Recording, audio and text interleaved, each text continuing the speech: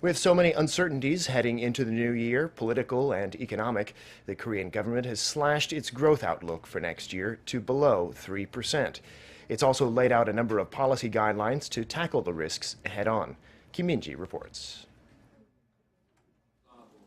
With a wealth of uncertainties ahead, the Korean government has slashed its economic growth outlook to 2.6% for next year, down from an earlier forecast of 3%.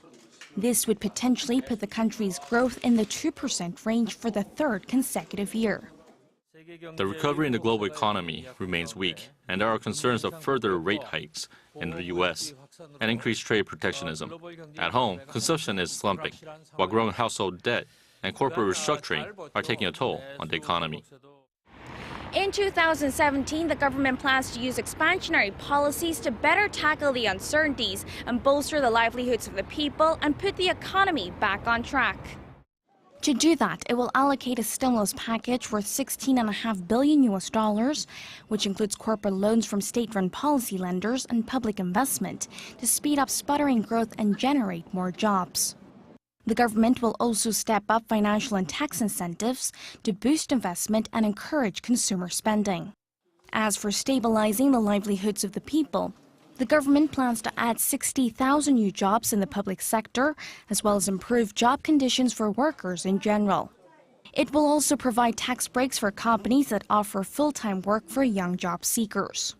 To address broader social issues like the low birth rate, the government will extend more incentives for married couples and raise maternity leave allowances.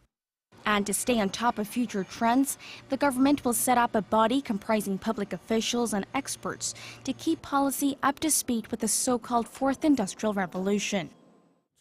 The government has put much focus on fiscal policies, seemingly taking into account the slump in investment and consumption.